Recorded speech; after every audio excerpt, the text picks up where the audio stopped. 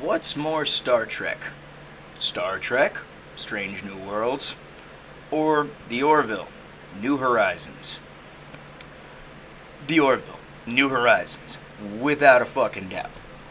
The main message of Star Trek, Pike's Angels, is hope, understanding, and that the future is female. And if you're not high value, you should be LGB or T. It's 5 episodes in, well, when I started writing this, and while it's markedly better in tone, it's still extremely heavy handed in promoting the LGBT and disabled identities in almost every shot. Abbreviations cannot be more than 4 letters unless they make a word. I'm not playing the game.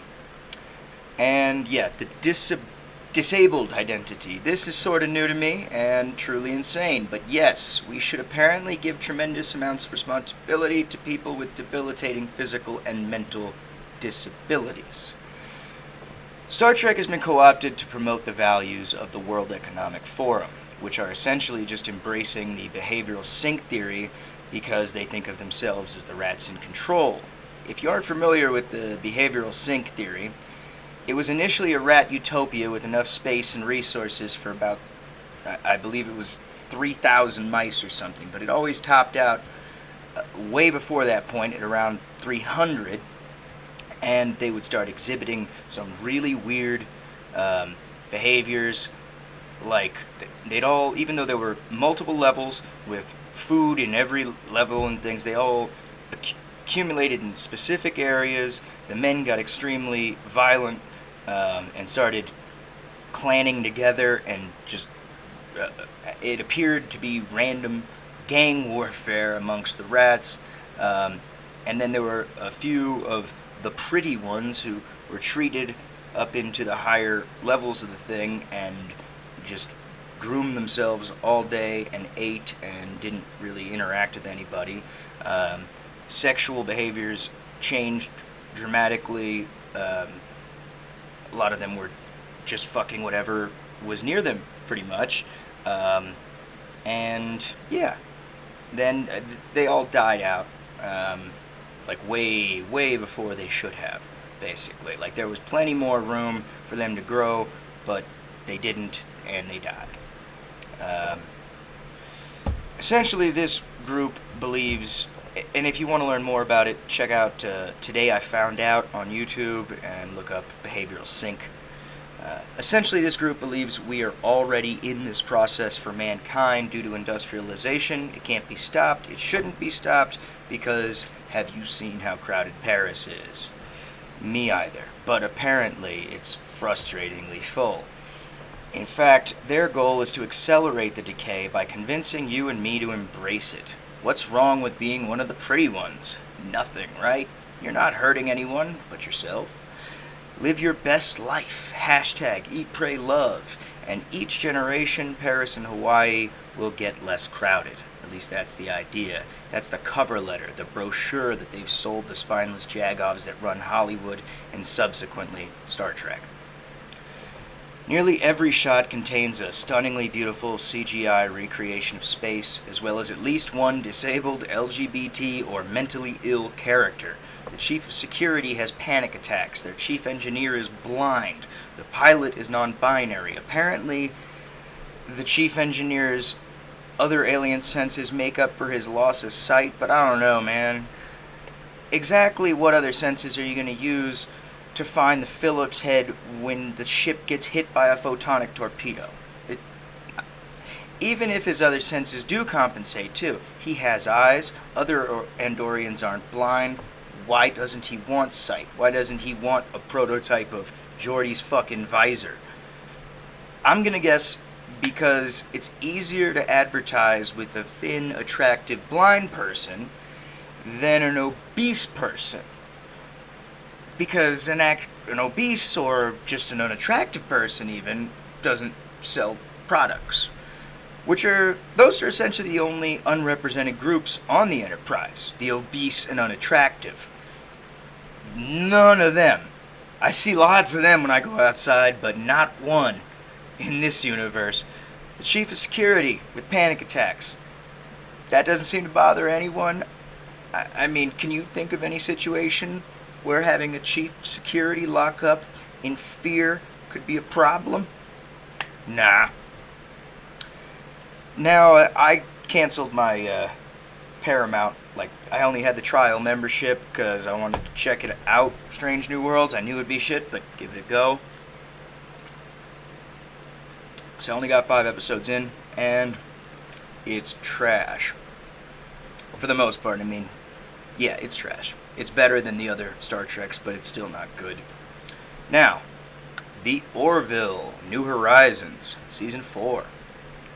Well, it's the Orville Season 4, they're calling it New Horizons, I don't know. The new season has mostly been incredible, with one glaring exception. Episode 4, in which the Krill are used as a cheap metaphor for the Republicans.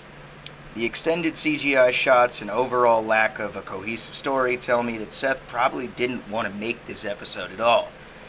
But in order to get any science fiction produced today, you probably have to shit on the Republicans at least once in each season.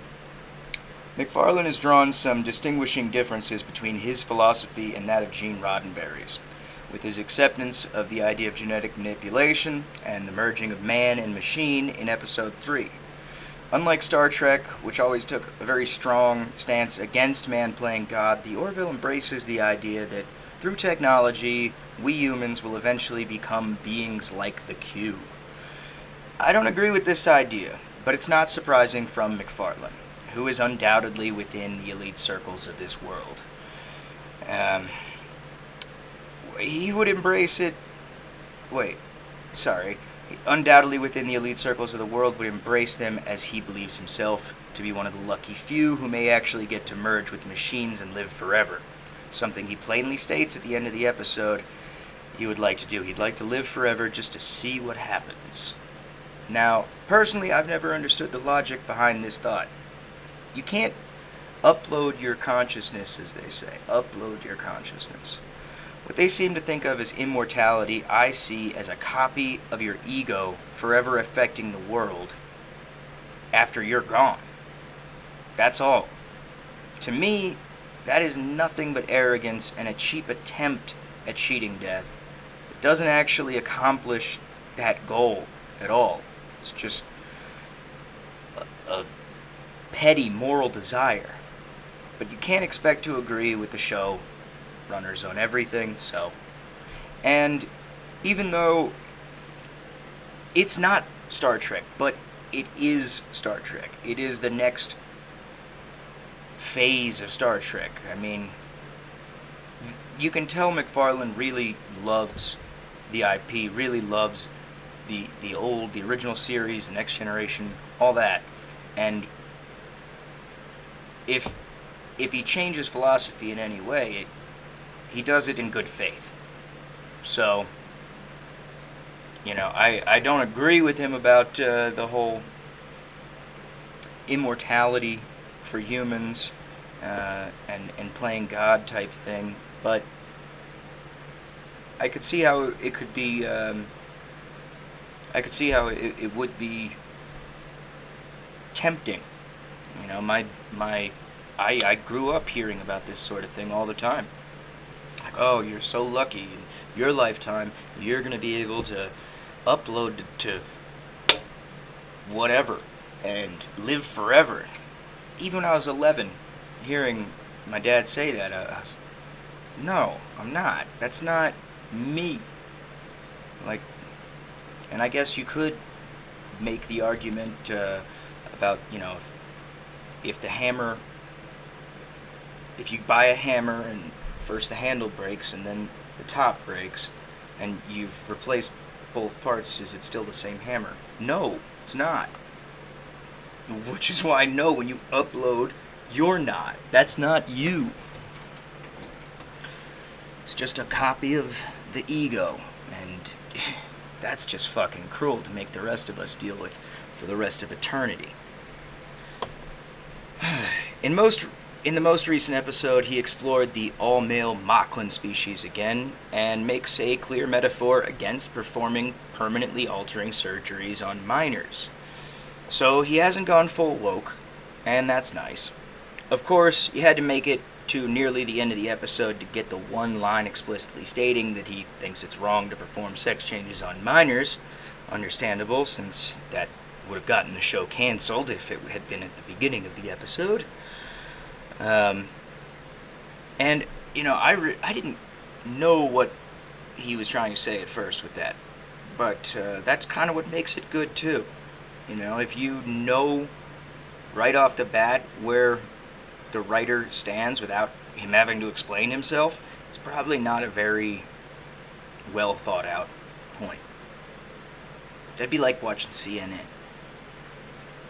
Alright. So, the Orville wins in most Star Trek-y Star Trek. Take care. That's all I got for today. American Contrarian. Like, comment, subscribe.